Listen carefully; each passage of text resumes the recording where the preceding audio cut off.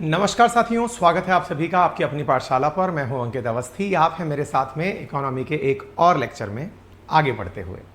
मेरे साथी जो मेरे साथ में इस समय प्रेजेंट हो चुके हैं, स्वाति, लक्ष्मी, धर्मेंद्र, निशांत, आलोक, शैलेश, मनीष, प्रकाश, प्रिंस, रवि, रोशन, शिवराज, गौरव, ऋतिक, दीपक, गुलशन, अंशिका, लक्ष्मण, धर्मेंद्र, सभी साथियों को वेरी गुड मॉर्निंग। होपफुली आप सभी लोग स्वस्थ, मस्त, तंदुरुस्त, दुरुस्त होंगे।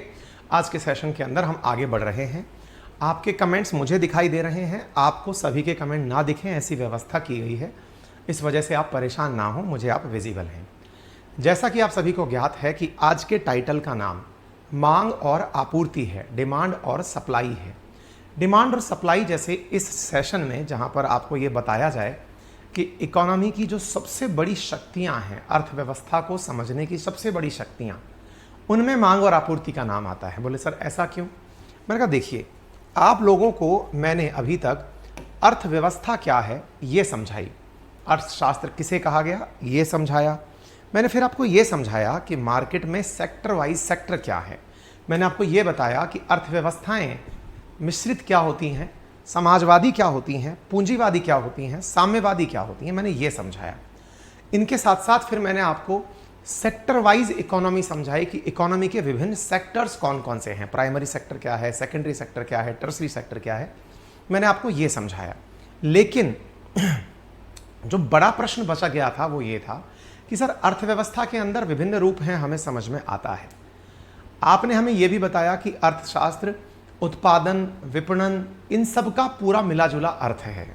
लेकिन सर हमें यह बताइए, किसी ने फैक्ट्री लगा ली लेकिन उसकी डिमांड ही नहीं है तो क्या करेगा कोई? उदाहरण के लिए मैंने आज कोई क्लास अनाउंस करी। मैंने क्लास अनाउंस करी कि भाई राजस्थान प्रशासनिक परीक्षा के लिए तैयारी करने वाले विद्यार्थियों के लिए क्लास अनाउंस की जा रही है। मैंने अनाउंस कब करी? जब मुझे पता था कि वैकेंसी आने वाली है। यानी मेरे द्वारा जो कार्य किया गया उसके पीछे का तर्क क्या था?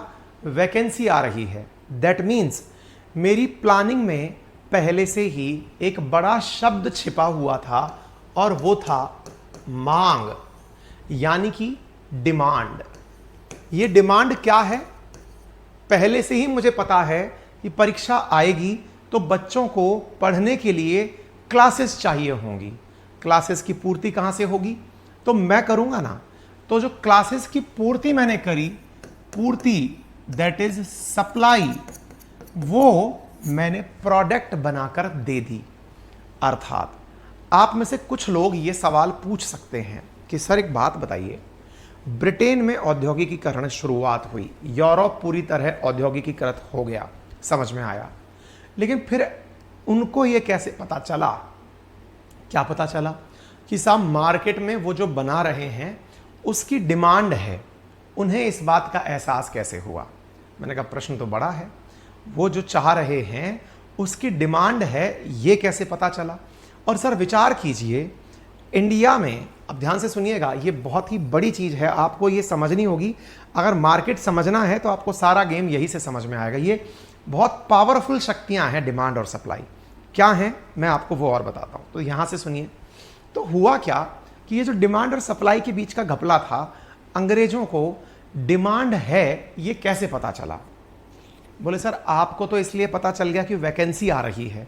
वो कोई पहली बार तो आ नहीं रही, उससे पहले भी आ रखी है, इसलिए आपको पता चल गया, तो कोई नई बात नहीं है। भाई पहले भी आई हैं इसलिए फिर आ गई।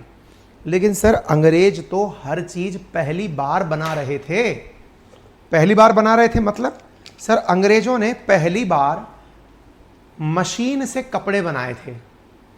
दुनिया में पहली बार मशीन से कपड़े बन रहे थे।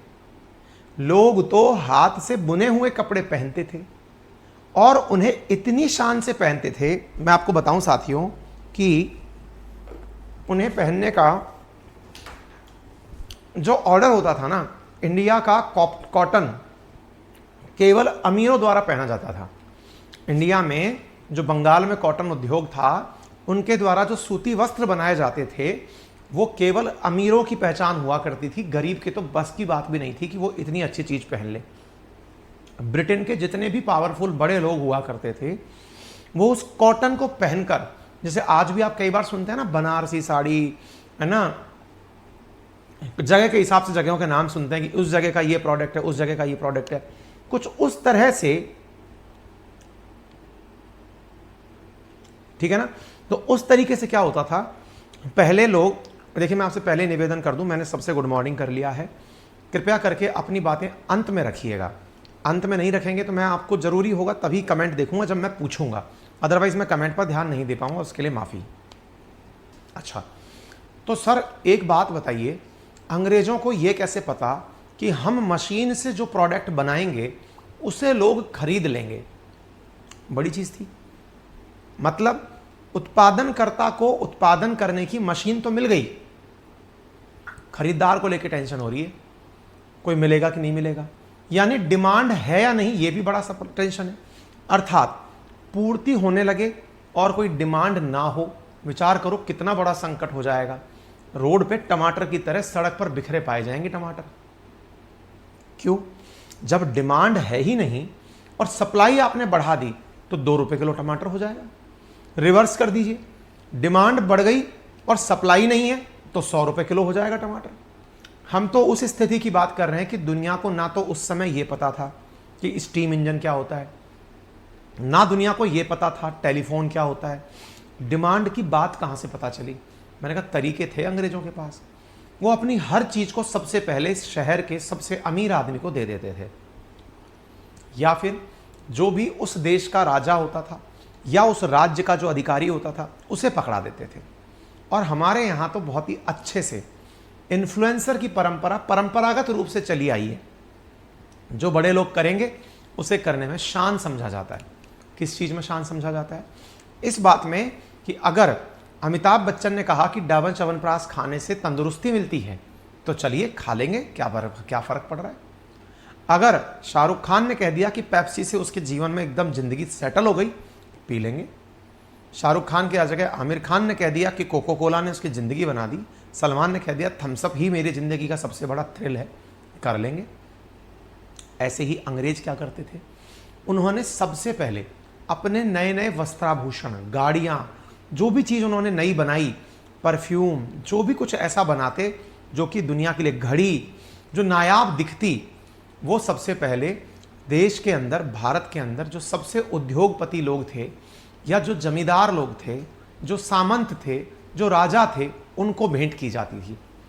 राजा जी चाव में पहनते, राजा जी को यह कहा जाता देखो ये हम पहनते हैं तो आपको पहनने में क्या बुराई है, राजा जी इस खुशी में पहन लेते। जनता उन जैसा दिखने के चक्कर में, जेंटलमैन बनने के चक्कर में, आज भी अगर आप गूगल पर जेंटलमैन सर्च करेंगे तो जो इमेज दिखाई देगी आपको गूगल पर, वो एक टाई, कोट, पैंट पहने हुए आदमी की दिखाई देगी। भद्र पुरुष कपड़े से नहीं डिसाइड होता है, व्यक्तित्व से डिसाइड होता है। लेकिन हमारे दिमाग में बिठा क्या दिया कि भैया जो भी बड़ा आदमी है, जो दिखने में सूट बूट पहनने वाला आदमी है, वो जेंटलमैन है।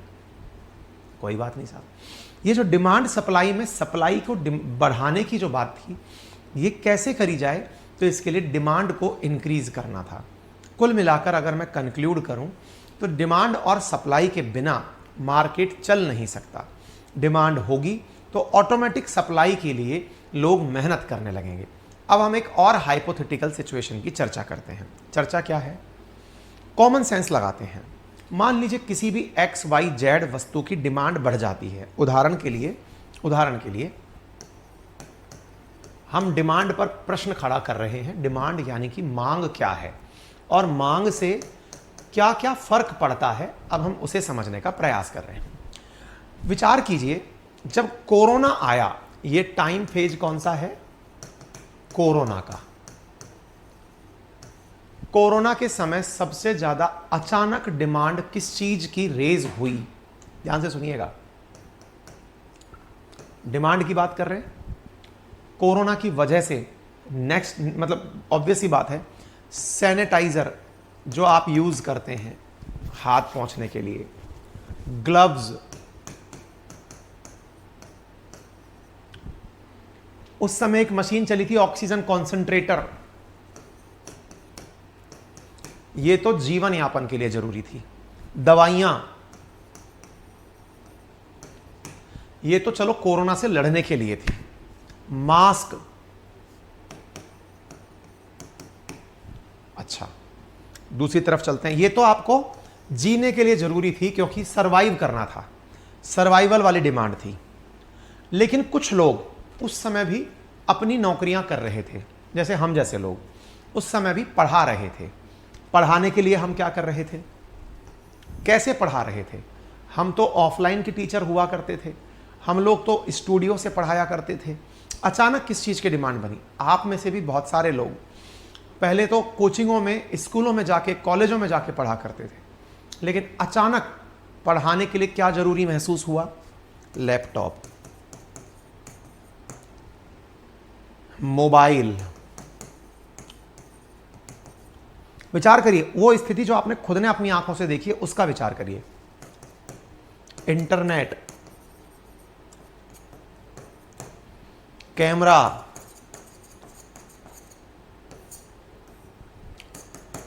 जिस बोर्ड पर मैं लिख रहा हूं ये डिजिटल बोर्ड है, ठीक है, ओके। इन सब की आपने डिमांड में क्राइसिस देखी है।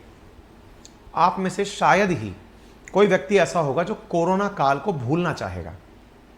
जहन में है, बस हम सोचते हैं कि ऐसी याद ना आए तो बेहतर है। याद करिए, उस दौर में इन सब चीजों का डिमांड आसमान पे था, मांग आसमान पे थी। हर आदमी मास्क लगाए घूम रहा है, हर आदमी सैनिटाइज कर रहा है, हर आदमी कर रहा है।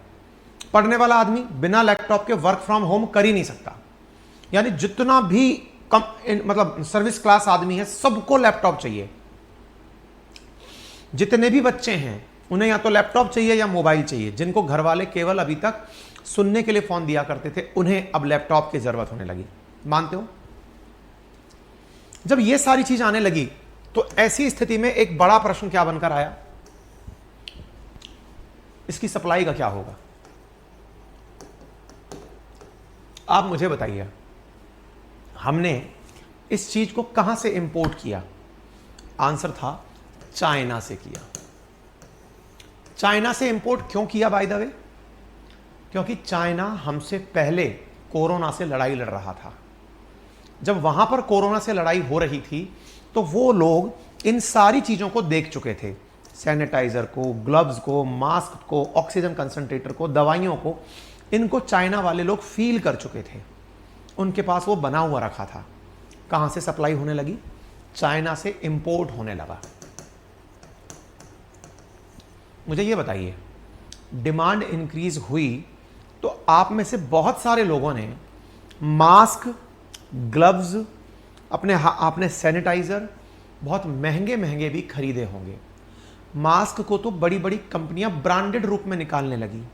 संभवतया आप में से भी किसी ने 80-80, 100-100 रुपए का वो कपड़े से बना मास्क खरीदा होगा। आप में से बहुत सारे लोगों ने ऑक्सीजन के लिए लंबी लाइनें देखी होंगी, हॉस्पिटल्स में मुंह मांगा दाम देखा होगा, लैपटॉप की वेटिंग देखी होगी। लैपटॉप मार्केट में अवेलेबल नहीं था और जो ऑफर्स आया करते थे उन ऑफर्स को आपने खत्म होते देखा होगा कि सब अवेलेबल ही नहीं है। मोबाइल भी नहीं है, लैपटॉप भी नहीं है, इंटरनेट वाले गायब हैं। डिजिटल बोर्ड, मेरे को याद है जो मैंने मेरे घर पे डिजिटल बोर्ड लगाया हुआ है वो उस समय में 8.5 लाख रुपए का आया था। विचार करिए, आज वही डिजिटल बोर्ड 3 लाख रुपए का है। आप प्राइस में अंतर देखिए। ये जो डिजिटल बोर्ड आप देख रहे हैं 5 लाख रुपए का उस समय की खरीद है, आज यही डिजिटल बोर्ड 2 लाख रुपए का है। क्यों? डिमांड बढ़ गई। हर आदमी क्या चाह रहा है? बस मुझे तो सामान दे दो। दिक्कत क्या हो रही है? सप्लाई कम है, डिमांड ज्यादा है, सप्लाई कम है। आप मुझे बताइए, मैंने 2 उदाहरण दिए। मेरा डिजिटल बोर्ड महंगा हो गया, दवा महंगी हो गई, मास्क महंगा हो गया, लैपटॉप महंगा हो गया। मुझे बताइए, जब डिमांड ज्यादा थी और सप्लाई कम थी तो मुझे बताइए प्राइस का क्या हुआ? तो मुझे बताइए प्राइस का क्या हुआ?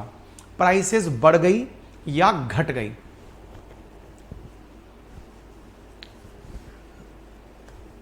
राहुल बिल्कुल मिलेगी बेटा, कर रहे हैं कोशिश।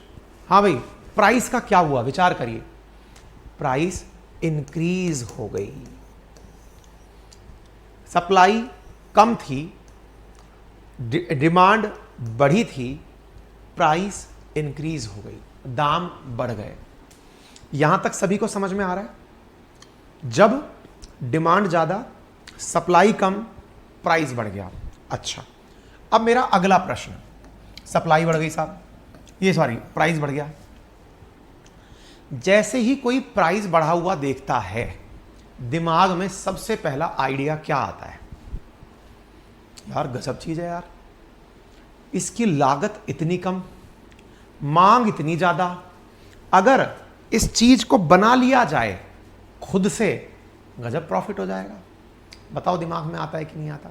दोबारा सुनिएगा। प्राइस जैसे ही इंक्रीज होते हैं, दिमाग में आइडिया आने लगता है। किस चीज का?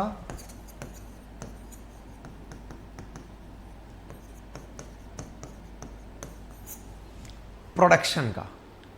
हर किसी के दिमाग में आने लगता है, बस भाई साहब एक बार मान लीजिए प्राइस बढ़ गई, प्राइस बढ़ गई, क्या करें? बोले यार जो मास्क है ना, बनकर आता है रुपए के अंदर 5 और बिकता है मिनिमम 5 रुपए का, गजब प्रॉफिट है। सैनिटाइजर, अरे यार कुछ भी नहीं है, दारू है, 1 लीटर लाओ, पानी घोलो, कितना भी बेचो, सीधा प्रॉफिट है। भाई साहब बड़ी बड़ी दुकानों ने, छोटे छोटे उद्योगों ने सारे काम साइड में रखे। महिलाएं जो राखी बना रही थी उनसे मास्क बनवाए, जो दवाइयां बना रहे थे वो बनाकर सैनिटाइजर बनाने लगे कि भाई साहब बना दो, इसमें तो गजब तरीके का प्रॉफिट है, गजब प्रॉफिट, गजब, मजा आ गया। ठीक बात है साहब। प्रॉफिट के कारण, प्राइस के कारण क्या बढ़ने लगा? प्रोडक्शन इंक्रीज होने लगा, प्रोडक्शन बढ़ रहा है। भारत सरकार को भी अचानक लगा कि अरे कोई बात नहीं, सैनिटाइजर, ये ड्रग फ्रग तो सब सही है, लेकिन असली खेला तो यहां हो रहा है। क्या खेला हो रहा है? लोग लैपटॉप खरीद रहे हैं, इतना महंगा आ रहा है, मोबाइल खरीद रहे हैं, इतना महंगा आ रहा है, चाइना के पास सीधा पैसा जा रहा है। सरकार ने तुरंत क्या किया? बोले नहीं भाई साहब, अपन को तुरंत एक योजना लानी पड़ेगी। क्या योजना लाए? क्या नाम था इसका? Production linked incentive scheme, PLI जिसे आप कहते हैं। सरकार ने तुरंत पहचाना, अरे भाई साहब दुनिया दूसरी तरफ भाग रही है, क्या करें? अपने लोगों से कहें कि देश का पैसा बाहर मत जाने दो, दिक्कत हो जाएगी। तो बोले फिर? बोले इनसे कहो यहीं पर प्रोडक्शन करें। प्रोडक्शन कैसे करें सर? कुछ है ही नहीं। अरे इनसे कहो कुछ भी करें, प्रोडक्शन करें, सरकार इन्हें टैक्स बेनिफिट देगी, सरकार इन्हें टैक्स बेनिफिट देगी। ऐसा कह के PLI स्कीम लॉन्च कर दी गई, production link incentive scheme launch कर दी गई। Production link incentive scheme launch की गई देश के विभिन्न सेक्टर्स में, जिनके अंदर आज आपको मालूम है कि भारत लैपटॉप में, मोबाइल में, चिप बनाने में दुनिया का बड़ा मैन्युफैक्चरिंग हब बन चुका है। जो भारत पहले इंपोर्ट करता था, आज एप्पल भी भारत में ही बन रहा है। भारत से बनकर के चीजें एक्सपोर्ट हो रही हैं। भारत से बना हुआ मोबाइल दुनिया भर में बेचा जा रहा है। सरकार ने क्या दिमाग लगाया? उत्पादन अपने पास करा जाए। क्या आप मेरी बात समझ पा रहे हैं? प्राइस ने किसे इंक्रीज किया? उत्पादन को इंक्रीज किया। आपको फिर लगने लगेगा कि सर ये तो बहुत अच्छी चीज है, प्राइस ने उत्पादन बढ़ाया। अब मुझे ये बताइए, जैसे ही उत्पादन बढ़ा, सबसे पहला असर क्या पड़ा? उत्पादन इंक्रीज हुआ, सबसे पहला असर क्या पड़ा? सबसे पहला असर पड़ा, उत्पादन होते ही सप्लाई बढ़ने लग गई। उत्पादन बढ़ते ही जो सप्लाई पहले कम थी, वो सप्लाई बढ़ने लग गई।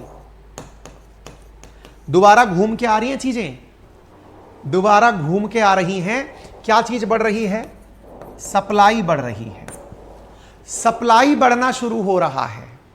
फिर से बताइए, जब आपको बड़ी मात्रा में वही चीज दिखने लगेगी तो आपके अंदर कंपटीशन का भाव पैदा होगा कि यार मेरा माल बिक जाए। कभी सब्जी मंडी सब्जी खरीदने गए हैं आप? जब आप एक ही सब्जी को 10 दुकानों पर रखा देखते हैं तो दुकान वाले आपको देखते ही आवाज लगाना शुरू कर देते हैं। आवाज लग रहे हैं 10 रुपए किलो आलू, एक आवाज दे रहा है 9 रुपए किलो आलू, एक आवाज दे रहा है 10 के सवा किलो आलू, एक आवाज दे रहा है 10 के 1.5 किलो आलू। आप पागल हो गए। क्यों? क्योंकि हर दुकान पर क्या हो गया? हर दुकान के ऊपर आलू आलू आलू आलू हो गया। यानी प्रोडक्शन इंक्रीज हुआ तो आपका हर सामान आलू हो गया। सप्लाई इंक्रीज हो गई, हालात क्या हुए? कंपटीशन बढ़ने लगा, सस्ते के अंदर बेचने की बात करने लगे, यानी कि प्रतिस्पर्धा का जन्म हुआ। किसका जन्म हुआ? कंपटीशन का जन्म हुआ। कंपटीशन से क्या होने लगा? प्राइजेस कम होने लगी, प्राइस कम होने लगी। क्या आपको मेरी बात समझ में आ रही है? दोबारा से सुनिएगा। कहां से शुरू हुई थी सारी चीजें? प्राइस कम होने तक पहुंच चुकी हैं सारी चीजें। ये पूरा की पूरा इकोनॉमी का एक साइकिल है। क्या साइकिल है? सबसे पहले डिमांड बढ़ी, डिमांड बढ़ी तो क्या हुआ? सप्लाई ने अपने आप को कम पाया तो क्या हुआ? मांग के अंदर बढ़ोतरी, सप्लाई में कमी प्राइस को इंक्रीज करती है। प्राइस को बढ़ा हुआ देखकर महंगाई उछाले मारने लगती है। अर्थात अरे बोले महंगाई बढ़ेगी क्योंकि प्राइस बढ़ चुका है। तो इसी बीच में एक चीज और आ जाती है और वो क्या है? महंगाई। महंगाई को आप कहते हैं मुद्रास्फीति। मुद्रास्फीति बोले तो इन्फ्लेशन। ये बढ़ने लगती है, महंगाई बढ़ने लगी, प्राइस बढ़ने लगा तो महंगाई बढ़ने लगी। सरकार को डर लगने लगा कि अगर इसी प्रकार से महंगाई बढ़ती गई तो हम एक फेल कंट्री कहलाएंगे। लोगों के पास इतना धन नहीं है कि वे लोग इस महंगाई के अंदर समझौता कर पाएं। संभावना है वे विरोध करने लगेंगे। इससे क्या होगा? उत्पादन बढ़ाने पर सरकार जोर देती है। लोग खुद से ही समझदार होते हैं, उत्पादन बढ़ाने निकल पड़ते हैं। उत्पादन बढ़ाने निकले, उत्पादन बढ़ने से सप्लाई फिर बढ़ने लगी। सप्लाई बढ़ने लगी, तुरंत प्रतिस्पर्धा का जन्म हुआ। क्योंकि जब सप्लाई है तो लोग सोचेंगे कि ये जो लेने आ रहा है ये मुझसे खरीदे। सप्लाई बढ़ने लगी, प्रतिस्पर्धा का जन्म हुआ, दाम कम हुए, दाम कम हुए, इन्फ्लेशन घटने लगी, इन्फ्लेशन घटने लगी और फाइनली प्राइस ड्रॉप हो गए। अर्थव्यवस्था अपने मुकाम पर आ गई। इसीलिए आपने कई बार एक बहुत ही कॉमन पॉइंट सुना होगा और वो कॉमन पॉइंट क्या है? आरबीआई का सबसे प्रमुख कार्य क्या है? आपने अगर कभी सुना हो तो आपको पता चलेगा कि आरबीआई का सबसे महत्वपूर्ण कार्य क्या है। तो आंसर है महंगाई पर नियंत्रण स्थापित करना। महंगाई पर कंट्रोल स्थापित करना ही आरबीआई का सबसे बड़ा कार्य है। दूसरा कार्य है धन की उपलब्धता को बनाकर रखना। लेकिन जो पहला कार्य है महंगाई को कंट्रोल करना, ये अपने आप में आरबीआई के लिए बहुत बड़ा कार्य है। उम्मीद है आप लोग इस बात को समझ पाए। अब आपको जो देश समझना है वो देश आप यहां पर डालकर समझ सकते हैं। मेरे प्यारे साथियों, आरबीआई के अंदर मॉनेटरी पॉलिसी कमेटी के द्वारा यह निर्धारित किया गया था कि महंगाई 4% से ±2% रह सकती है। अर्थात महंगाई का एक ऑर्डर भारत में निर्धारित किया गया। महंगाई 4% से ±2 रह सकती है। इसका मतलब ये 2 से लेकर 6% तक ही रह सकती है। आरबीआई की ये सबसे महत्वपूर्ण भूमिका है कि वो तुरंत सरकार को सलाह दे कि सर महंगाई बढ़ रही है, आप तुरंत कुछ ऐसे कदम उठाइए जिससे महंगाई नियंत्रण में आए। ऐसा क्यों? क्योंकि महंगाई बढ़ने से उत्पादन बढ़ता है, ये केवल एक सच है। लेकिन इसके पीछे के बहुत सारे सच ऐसे हैं जो शायद हमारी चर्चा में नहीं आए। जैसे आपने अभी महंगाई को सकारात्मक रूप में देखा है। आपने देखा मैं प्राइसेस बढ़ने लगी, उत्पादन प्रमोट होने लगा। मेरा बड़ा सवाल है, क्या आपने और मैंने कोई उत्पादन किया था क्या उन दिनों? दोबारा सुनिएगा, बड़ा सवाल है ये। अभी आपने महंगाई को किस रूप में देखा? अभी आपने महंगाई को किस रूप में देखा? हाँ भाई, बैकग्राउंड में नॉइस आ रही है, बगल में हमारे एक कंस्ट्रक्शन चल रहा है, इस कारण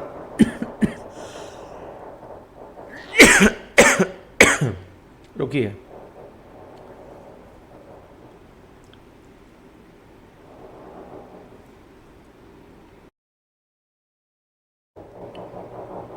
अब शायद नहीं आएगा, ठीक है ना?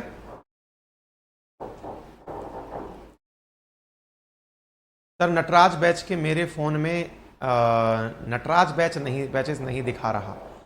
ऐसा रोहित पॉसिबल नहीं है, नंबर चेंज किया होगा, आपने किसी को नंबर दिया होगा। आप अकेले थोड़ी पढ़ रहे हो।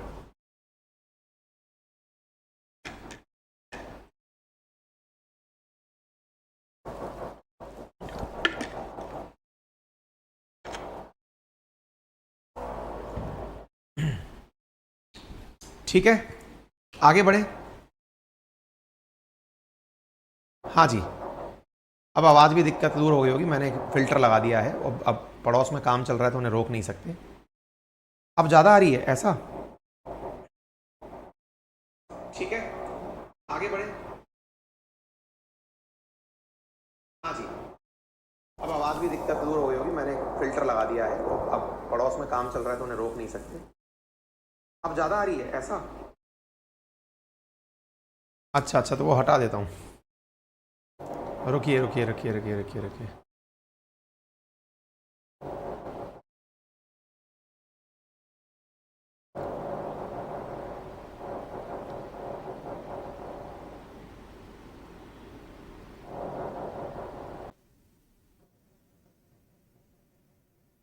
अब सही हो जाएगा।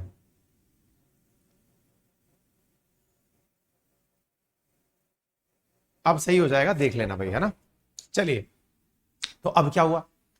तो सर आपने एक बहुत बड़ी चीज नोटिस कराई कि प्राइस बढ़ा तो प्रोडक्शन इंक्रीज हुआ। सुनकर हमें भी अच्छा लगा, प्राइस अच्छी चीज है, इसका मतलब हमें ऐसी फीलिंग आई। लेकिन मैंने आपसे कहा कि ये तो आपने एक पक्ष देखा है, एक और पक्ष है जो आपसे छूटा रह गया। कौन सा पक्ष है? मैं कहा चलिए विचार करिए, क्या आपने और हमने किसी तरह से कोई प्रोडक्शन किया? क्या आपने और हमने किसी प्रकार का कोई प्रोडक्शन किया? बोले मतलब सर? अरे मैंने कहा कोई फैक्ट्री डाली थी क्या आपने? आपने सैनिटाइजर बनाया था क्या? ग्लव्स बनाए थे क्या? लैपटॉप बनाए थे क्या? या फिर मोबाइल बनाए थे क्या? दवाइयां बनाई थी क्या? नहीं ना। आप और मैं तो उपभोक्ता थे। उपभोक्ता को इस प्राइस बढ़ने से क्या लाभ हुआ? उसका तो नुकसान ही हुआ। वो बेचारा पहले 100 रुपए में जहां पर भर के सामान ला सकता था, अब वो उस 100 रुपए में 2 मास्क ला रहा है। मतलब समझ रहे हैं? 100 रुपए में कम से कम 1 मीटर कपड़ा आ जाए, पूरा घर बैठकर मास्क बना ले, पहन ले। लेकिन केवल और केवल कितना सा काम हो रहा है? 2 मास्क जितना। यानी कि प्राइस बढ़ने से किसी एक ही सेक्टर को लाभ होता है। यानी कि प्राइस बढ़ने से केवल किसी एक ही सेक्टर को लाभ होता है, बाकियों को नुकसान होता है। यानी अगर हम उपभोक्ता की बात करें तो उपभोक्ता उस प्राइस से दुखी होता है। उपभोक्ता की सबसे बड़ी परेशानी, वो प्राइस से दुखी होता है। और जब उपभोक्ता प्राइस से दुखी होता है तो वो प्रोटेस्ट करने सड़क पर उतर आता है, क्योंकि उसके पास धन नहीं है। उदाहरण के रूप में श्रीलंका, पाकिस्तान, वेनेजुएला या फिर नेपाल, ये सब इसके जीवंत उदाहरण हैं। जब कंज्यूमर दुखी होता है तो वो प्रोटेस्ट पर उतरता है। प्रोटेस्ट पर उतरता है तो क्या होता है? सरकारें हिल जाती हैं। सरकारें हिलती हैं तो सरकारें गिरती भी हैं, श्रीलंका उसका बेहतरीन उदाहरण है, इमरान खान उनका बेहतरीन उदाहरण है, ब्रिटेन उसका बेहतरीन उदाहरण है। तो आप सोचिए कि क्या केवल डिमांड और सप्लाई मजाक है? भाई साहब, सरकारें गिरी हैं आपके सामने। जब सप्लाई बाधित हुई, आप पूछेंगे कौन सी सप्लाई बाधित हुई? मैंने कहा आइए, कोरोना के बाद में श्रीलंका के अंदर, पहले कोरोना काल के अंदर टूरिस्ट नहीं आ रहा था, कोरोना काल के कारण श्रीलंका का कोई भी सामान बाहर बिकने नहीं जा रहा था, और उसी समय पर रशिया यूक्रेन कन्फ्लिक्ट शुरू हो गया। इसके चलते श्रीलंका में तेल का इंपोर्ट नहीं हुआ, रशियन लोग घूमने नहीं आए, श्रीलंका की चाय रशिया बिकने नहीं गई। इससे रशिया के पास संसाधनों का अभाव हो गया, धन नहीं पहुंचा। लोगों को लगा कि यहां पर अब देखिए तेल नहीं आ रहा है तो लोग तेल के लिए क्या करेंगे? जो कम तेल है उसके भाव बढ़ाएंगे, इसलिए तेल के भाव आसमान छू गए। लोगों के पास पैसा नहीं है, तो जिनके पास है वे महान व्यक्ति कहलाए। लोगों के पास धन का अभाव है, खरीदने के लिए पैसे नहीं है, भाव बढ़ गए। कहने का मतलब समझिएगा, कुल मिलाकर मार्केट को प्रभावित कोई सी भी शक्ति करे, प्रदर्शन अपने देश में होते हैं। इसीलिए आप में से कई लोगों ने कभी सुना होगा कि आज जो भारत के हालात हैं वो काबिले तारीफ हैं। ना तो भारत कोरोना काल में हिला, ना ही रशिया यूक्रेन कन्फ्लिक्ट में हिला। ना तो कोरोना काल में भारत को महंगाई छू पाई, और ना ही रशिया यूक्रेन कन्फ्लिक्ट में छू पाई। हम नंबर 7.5 तक पहुंचे थे, लेकिन तुरंत उसे कंट्रोल करके अपने अंडर में ले आए थे। इसके लिए सरकार को बधाई दी जानी चाहिए। सर, आप तो सरकार का विज्ञापन कर रहे हैं। अरे हमने कहा ठहरो भाई, विज्ञापन नहीं कर रहे हैं, सरकार की नीतियां आपको यहीं से जाननी होती हैं। कौन सी नीतियां? हमने कहा मार्केट को लेकर सरकार की 2 प्रकार की नीतियां होती हैं। एक नीति होती है जिसे राजकोषीय नीति कहते हैं, जिसे फिस्कल पॉलिसी कहते हैं, और एक मौद्रिक नीति होती है, अंग्रेजी में जिसे मॉनेटरी पॉलिसी कहते हैं। यानी कि डिमांड और सप्लाई को सरकार के द्वारा नियंत्रित रखने के लिए, सरकार के द्वारा मांग और आपूर्ति में कंट्रोल स्थापित रखने के लिए जो तरीके अपनाए जाते हैं, उनमें 2 बड़ी नीतियों का योगदान होता है।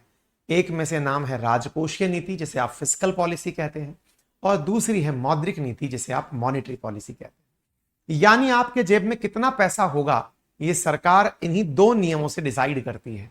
सर कैसे?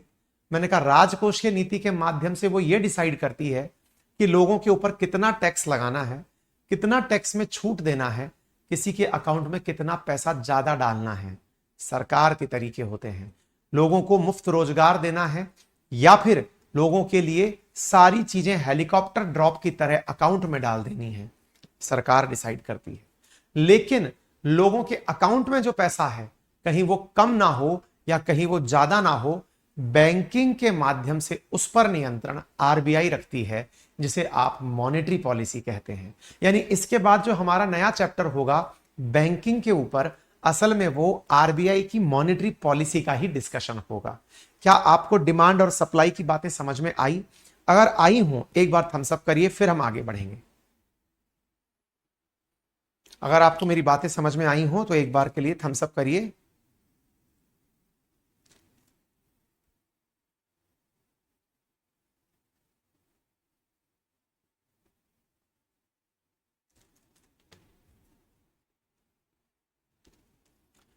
Monetary policy controlled by RBI और फिस्कल पॉलिसी कंट्रोल्ड बाय केंद्र सरकार। समझ में आया? थम्स अप करिए।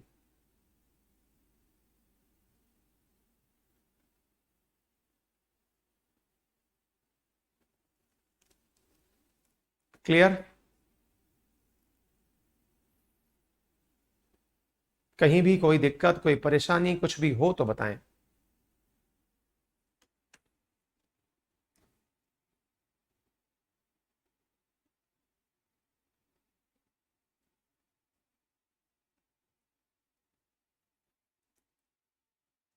रोहित लिख रहे हैं, आपको सुनने के बाद लगता है कि बस आप ही सब कुछ हैं, पर अगले दिन सब बातें भूलने लगते हैं। तो बेटा ये तो मेरा तरीका है कि मैं आपको समझा इस तरह से रहा हूं कि आपको ये बातें समझ में आए।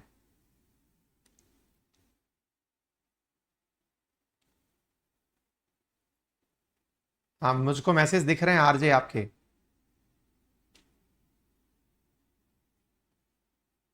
क्लियर? चलिए आगे बढ़े। एक बालक पूछ रहा है 2 लाइव क्लासेस एक ही समय पर कैसे? बेटा वो माधव बैच है, माधव बैच अलग एग्जाम के लिए चल रहा है, ये फाउंडेशन बैच है, ये अलग एग्जाम के लिए चल रहा है। इस एप्लीकेशन पर कोई 2 ही क्लास थोड़ी, 15 क्लास 20 क्लास कितनी भी चला लो। अलग अलग लोगों को अलग अलग चीज चाहिए ना, आपको सब थोड़ी चाहिए।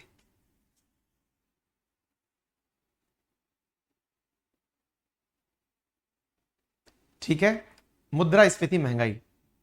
चलिए आगे बढ़े, आगे बढ़ते हैं। तो अब क्या हुआ, इस चीज को आप इधर देख लीजिए। 2 शक्तियां क्या हैं वो मैंने बता दी।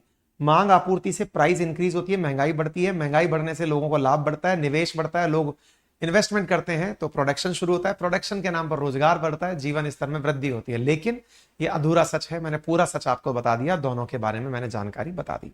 आरबीआई का क्या काम है, आरबीआई का महंगाई का लक्ष्य क्या है, ये मैंने आपको पूरी तरह समझा दिया। यहां तक सारी बातें क्लियर हो गई, वो मैंने आपको सारी जानकारी दे दी। अब दूसरी बात सुनते हैं। दूसरी बात क्या है? अब सर एक बात बताइए, हमारे घर वाले अक्सर ये कहते हैं कि ये बुरे वक्त का साथी है।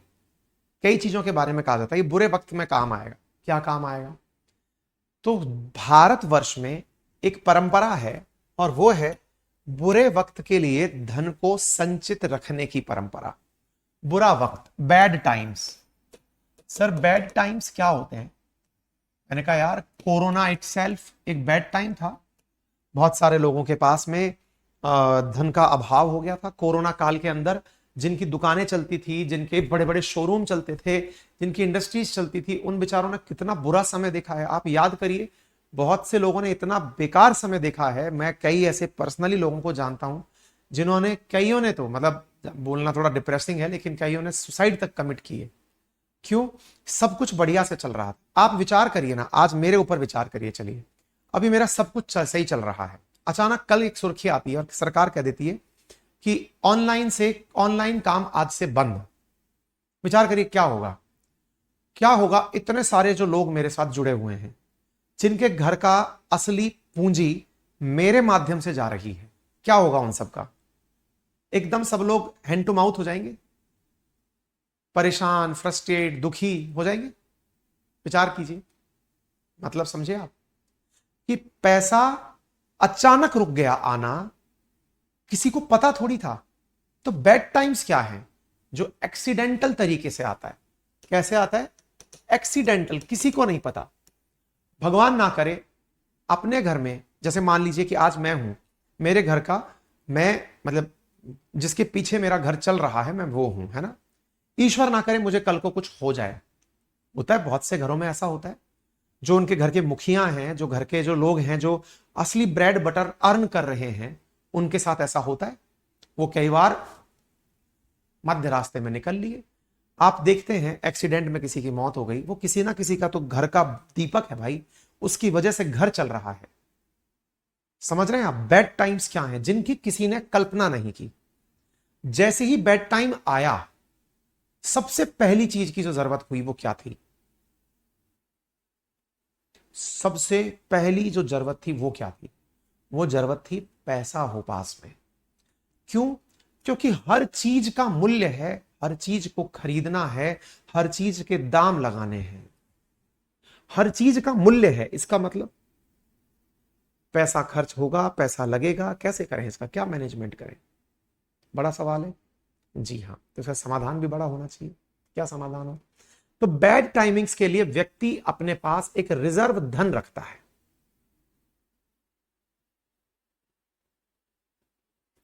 मोह लिख रहे हैं गुस्सा मत होना, रिकॉर्डेड देखते हैं आप, पॉलिटी का हिंदी अलग से डलवा दो। अरे बेटा पॉलिटी का हिंदी अलग से डलवा दो, हिंदी में ही तो पढ़ा रहा हूं। अगर नोट्स की बात कर रहे हो तो नोट्स A4 हिंदी और इंग्लिश जैसे चैप्टर खत्म होता है तब आता है, डे 1 में नहीं आ जाता है।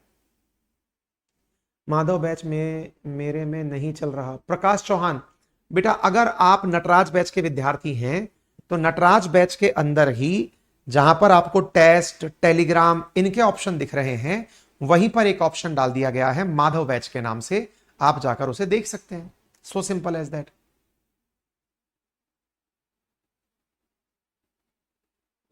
सूरज बा बिल्कुल मिलेंगे, थोड़ा सा समय लगेगा, ठीक है।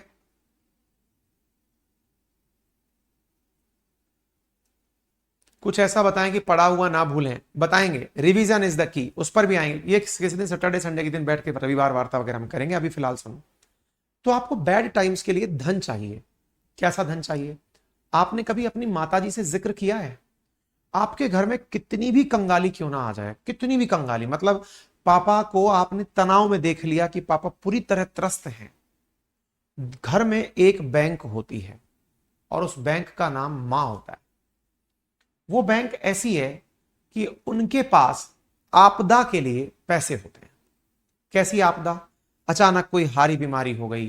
बेटा, हर व्यक्ति ने बुरा समय देखा होता है, मतलब हमने भी बहुत बुरा समय देखा है, और भारत का हर वो व्यक्ति जो आज मध्यम वर्ग में है, वो कभी निम्न वर्ग में था, उसने बुरे वक्त को देखकर कुछ सीखा है, उससे वो आगे बढ़ा है ना। उस बुरे वक्त में माता जी के पास में 500 रुपए, 1000 रुपए, 5000 रुपए, 10,000 रुपए वो बचा के रखती हैं। वो किस लिए बचा के रखती हैं? एक दिन जब कोई मुसीबत आई तो मैं अपने जेब से निकाल कर ये पैसा दूंगी। वैसे नहीं देंगी वो, आप कितना भी मांग लो, मुझे किताब लानी है, मुझे कपड़े लाने हैं, मुझे घूमने जाना है, मुझे खाना खाना, नहीं देंगी। आप कितना भी जिद कर लीजिए, वो कहेंगी कि है ही नहीं। वो यही कहेंगी कि कितना भी कह दो, वो कहेंगी है ही नहीं। फिर अब कितना भी कह दो है ही नहीं, लेकिन जैसे ही पापा ने कहा कि बच्चा बीमार हो गया, अब क्या करें? अजी लो, रुको, मैं आपको लाती हूं, ये रहे पैसे। वो घर में फटाक से जाएंगी, पैसे लेके आएंगी, लीजिए आप बच्चे को दिखा के लाइए। यानी आपातकाल के लिए धन है। आपने इस पूरी कहानी का क्रक्स क्या निकाला? क्या पापा ने घर के बर्तन बेचे क्या? या फिर पापा ने कोई भी ऐसा काम किया क्या? घर के बर्तन बेचना, जमीन बेचना, या फिर सामान गिरवी रखना। आपके बीमार होते ही क्या किया? कुछ नहीं किया ना। सबसे पहला मित्र जो काम आया वो क्या था? आंसर है कैश। मेरे प्यारे साथियों, उपयोग में ली जाने वाली वो मुद्रा जो सबसे पहले काम आती है, उसी को लिक्विडिटी कहते हैं, तरलता कहते हैं। शब्द है लिक्विडिटी, तरलता। तरलता क्या है? जो आवश्यकता, वो धन का साधन जो आवश्यकता पड़ने पर सबसे पहले उपयोग में लिया जा सके, उसे लिक्विडिटी कहते हैं। इसीलिए कई बार आपने सुना होगा, अब हां, अब एक बच्चा लिख रहा है सर गोल्ड हो सकता है ना, गोल्ड हो सकता है, ये कई कई बच्चों का कमेंट है। बिल्कुल, आपने कभी बुरे हालात में घर वालों को गोल्ड गिरवी रखते देखा है? ईश्वर ना करे कि ऐसा समय आए। मैंने वो सब समय देखे हैं, मैंने जीवन का हर पड़ाव देखा है। आज जो आप मेरी कामयाबी देखते हैं, या जो चेहरे पे मुस्कान देखते हैं, जो एक कहावत है ना कि तुम जो इतना मुस्कुरा रहे हो, क्या गम है जिसको छुपा रहे हो, वो सारा समय देखा है। एक एक फेज फील किया है कि ये होता क्या है। मेरे चेहरे पे कभी मुस्कान खत्म नहीं होती, क्योंकि बुरा वक्त जा चुका है।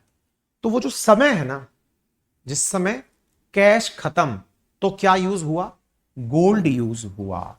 यानी आपने दिमाग में तरलता का एक रूप लिया हुआ है कि अगर धन नहीं है तो घर का कोई सामान गिरवी रखना पड़ सकता है। उसमें आपने गोल्ड का नाम मेंशन कर दिया। और क्या हो सकता है सर? गोल्ड ही ना हो किसी के पास। गोल्ड ना हो तो लैंड होगा, जमीन हो सकती है। आप में से बहुत सारे लोग आज इतने सुविधा संपन्न हैं, आप में से बहुत सारे बच्चे ऐसे हैं जो कि इस समय ग्रेजुएशन में होंगे। बहुत उम्मीद करके आपसे तनु जांगीड़, एहसान मानूंगी, बस पढ़ना चाहते हैं इसलिए आपसे हेल्प मांग रही हूँ। सर हेल्प नहीं भी करेंगे तो भी चलेगा। अरे तो हेल्प तो बताओ, क्या मांग रही हो तनु, इतनी सारी बातें क्या लिख दी, है ना। मैं तो केवल ये कह रहा हूं, आप में से आज बहुत सारे बच्चे इतने सक्षम है कि मोबाइल पर सुन और देख पा रहे हैं। एक समय होता था, हमारा हमारा समय, जब मैं 10th में था तब तक मेरे गांव में लाइट नहीं थी। मैं सरकारी स्कूल से पढ़ा हूं बचपन से लेके आज तक। सरकारी माध्यमिक विद्यालय, सरकारी उच्च माध्यमिक विद्यालय, सरकारी कॉलेज, सरकारी आईआईटी, सरकारी नौकरी, सब सरकारी सरकारी सरकारी सरकारी। जहां पढ़े वहां लाइट 10वीं पास कर ली, उसके बाद पहुंची। मोबाइल तो तब आया जब हम पीजी में पहुंच गए। साइकिल से पीजी तक की है, वो समय था। समय जब खराब आता है, आदमी कैश बर्न करता है, गोल्ड बर्न करता है। गोल्ड से भी काम नहीं चलता तो लैंड बर्न करता है। आप में से कई लोग कहेंगे कि सर क्या वाकई में ऐसा होता है? अजी, हमारे कई प्यारे भाई बहन कोटा में पढ़ने आते हैं बिहार से, और मैं बिहारियों को इसलिए मतलब हृदय से सम्मान करता हूं कि वो लोग पढ़ाई का महत्व शायद ही सबसे ज्यादा समझते हैं, क्योंकि वो सबसे ज्यादा संघर्षशील हैं। संसाधनों का इतना अभाव है उनके पास। बहुत से माँ बाप अपने बच्चों को जमीनें बेचकर पढ़ने कोटा भेजते हैं, दिल्ली भेजते हैं। मेरा बच्चा एक बार नौकरी लग गया, जीवन सही हो जाएगा। एक बार डॉक्टर बन गया, जीवन सुधर जाएगा। तो तीसरी सबसे सी, जब धन नहीं था गोल्ड लिया, गोल्ड नहीं था लैंड लिया। ये जो आपने ऑर्डर देखा है, ये जो आपने ऑर्डर देखा, ये ऑर्डर क्या है? ये ऑर्डर लिक्विडिटी का ऑर्डर है। लिक्विडिटी मतलब the ability to turn an asset into cash. यानी कोई भी वस्तु को उठाकर किसमें, तरल में या कैश में बदलने की जो तरीका है उसे लिक्विडिटी कहा गया। तो सबसे लिक्विड क्या हुआ? कैश हुआ। अब आप पूछेंगे सर ये क्या है, हम तो जानते ही नहीं है सर, आपकी चर्चाओं में अचानक आ गया, ये तो हम जानते ही नहीं है ये क्या है। मैंने कहा बेटा, आप जिसे बॉन्ड कह रहे हैं, सॉवरेन गोल्ड बॉन्ड, ये बॉन्ड इक्विवेलेंट है गोल्ड के। जिन्हें बॉन्ड नहीं पता, जो लोग शेयर मार्केट में इन्वेस्ट करते हैं, जो म्यूचुअल फंड्स में इन्वेस्ट करते हैं, वो बॉन्ड मार्केट में इन्वेस्ट करते हैं। ठीक है, तो वो जो चीज है वो यहां पर गोल्ड के रूप में आ जाती है। हाँ भाई, बहुत सारे बच्चे जो कमेंट्स कर रहे हैं जब मैं पढ़ा रहा होता हूं। पूर्णिमा लिख रही है सर आपके फादर टीचर थे, फिर इतना प्रॉब्लम कैसे गया होगा? बहुत सारी परेशानियां होती हैं लाइफ में बेटा, हारी, बीमारी, घर में पारिवारिक संकट। एक शिक्षक होने भर से आपके पास परेशानियां दूर नहीं हो जाती हैं। अलग अलग स्तर होते हैं जीवन के। बहुत सारे लोग सब कुछ सक्षम होते हुए भी जीवन के कई पहलुओं पर पिछड़ जाते हैं, है ना। तो खैर, कुल मिलाकर के बात क्या है, जो म्यूचुअल फंड्स वगैरह हैं वो, ठीक है। म्यूचुअल फंड क्या होता है, मैं शेयर मार्केट पढ़ाऊंगा आपको, है ना। म्यूचुअल फंड्स क्या होते हैं, शेयर मार्केट क्या होता है, ट्रेजेडी बॉन्ड क्या होते हैं, ये सब पढ़ाएंगे। कंपनी का स्टॉक क्या होता है। अब देखिए, किसी को लैंड बेचनी है, आज जैसे आपने बायजूस का मामला सुना होगा, अनअकैडमी का मामला सुना होगा, उसमें क्या हो रहा है, उन लोगों के पास पैसा खत्म होता जा रहा है, तो वो लोग क्या कर रहे हैं, पैसा खत्म हो रहा है तो अपना हिस्सा बेच रहे हैं। तो बायजूस अपना हिस्सा बेच रहा है, उसे कंपनी का स्टॉक कहा जाता है। यानी जमीन बेचने से पहले आदमी क्या बेच रहा है, कंपनी का हिस्सा बेच रहा है। सबसे पहले कैश बिका, फिर गोल्ड बिका, गोल्ड और बॉन्ड बराबर बिके, फिर कंपनी में मालिक का हिस्सा बिका, और फिर अंत में रियल एस्टेट बिका। रियल एस्टेट को, जमीन को सबसे कम लिक्विड माना गया है, यानी इसको कैश में बदलने की सबसे कम संभावना होती है।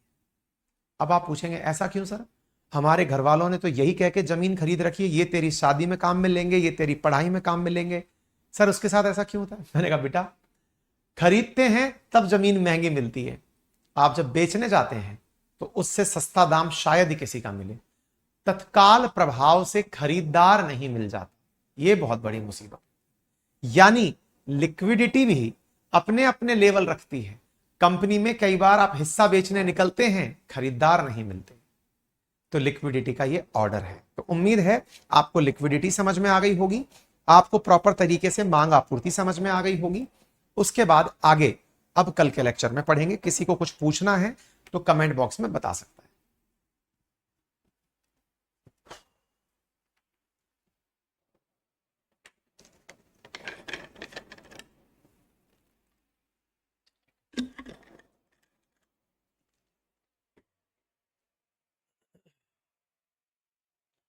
रवि, कृपया नटराज बैच फिर से ओपन कर दीजिए 5 दिन के लिए। बेटा रवि अभी तो नहीं, अब नेक्स्ट मंथ देखेंगे। अब नटराज नहीं, कोई और बैच के नाम से कोई नया बैच लाएंगे। अब नटराज में ऑलरेडी काफी एडमिशंस हो चुके हैं, है ना। नीतू सर, ज्योग्राफी का हैंड रिटन नोट्स परचेज की थी। बेटा मैंने पहले ही कहा था कि आप लोगों के ऑर्डर 28 तारीख तक जो हमारे पास पहुंचे, हमने वही प्रिंटिंग में भेजे, है ना। तो बेटा जब हमारे पास कोई दुकान तो है नहीं कि हमने बना के पहले से रखा हुआ था, आपके ऑर्डर मिले, हमने प्रिंटिंग में भेजा। 28 तक हमने ऑर्डर लिए थे, तो टेक्निकली आप सबके पास 10 से 15 के बीच में पहुंच जाएंगे। शुरुआती दौर है, इसके बाद में जब हमारा ये काम पूरा हो जाएगा, उसके बाद तो सारे काम बहुत आसानी से होने लगेंगे। प्रद्युमन लिख रहे हैं गुरपवन सिंह पन्नू की कार एक्सीडेंट पर, अगला वीडियो उसी पर है बेटा। ब्रजेश शुक्ला, आप यूपीपीएससी का बैच स्टार्ट करें। बेटा बिल्कुल करना है मुझे, मैं कल इसी चक्कर में परसों शायद दिल्ली जा रहा हूं बात करने के लिए, टीम से बात करने के लिए, क्या पॉसिबिलिटीज हैं, क्या कुछ है, मैं बात करता हूं, है ना। प्रकाश सर जी, कुछ दिनों से मेरे ऐप में डीएफ दिख रहा है। डीएफ बेटा मुझे नहीं पता, प्लीज बीपीएससी के लिए। पूजा बिल्कुल करेंगे बेटा, बीपीएससी और यूपीपीसीएस दोनों का ध्यान रखेंगे, है ना। कुलदीप साहू, बेटा वो आप ई बुक के रूप में डाउनलोड कर लीजिए, वो नहीं मिलेगा उसमें, है ना।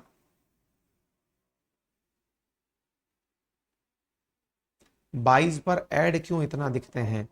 बेटा वो ऐड जो है ना, वो आपको जो नए लोग आते हैं उनके लिए होते हैं। मोहो अमहो मैंने बता दिया बेटा, आपने सुना नहीं, हिंदी अलग करवा दूंगा, चिंता ना करें। दीपक, बेटा माधव बैच केवल नटराज वालों के लिए चलेगा, आप लोगों के लिए नहीं चलेगा। अगर आप नटराज के विद्यार्थी हैं तो आप जैसे ही नटराज में एंट्री करेंगे, राइट हैंड कॉर्नर पर माधव दिख जाएगा।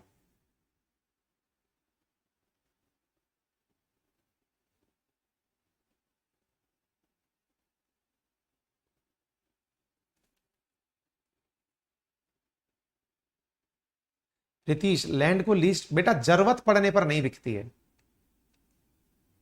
इसी वजह से।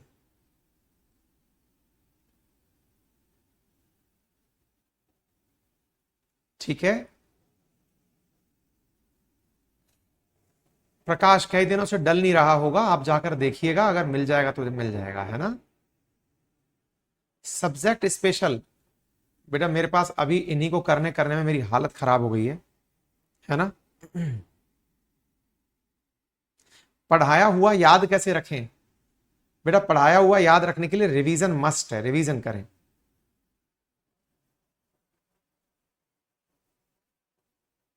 चलिए फिलहाल के लिए इतना ही।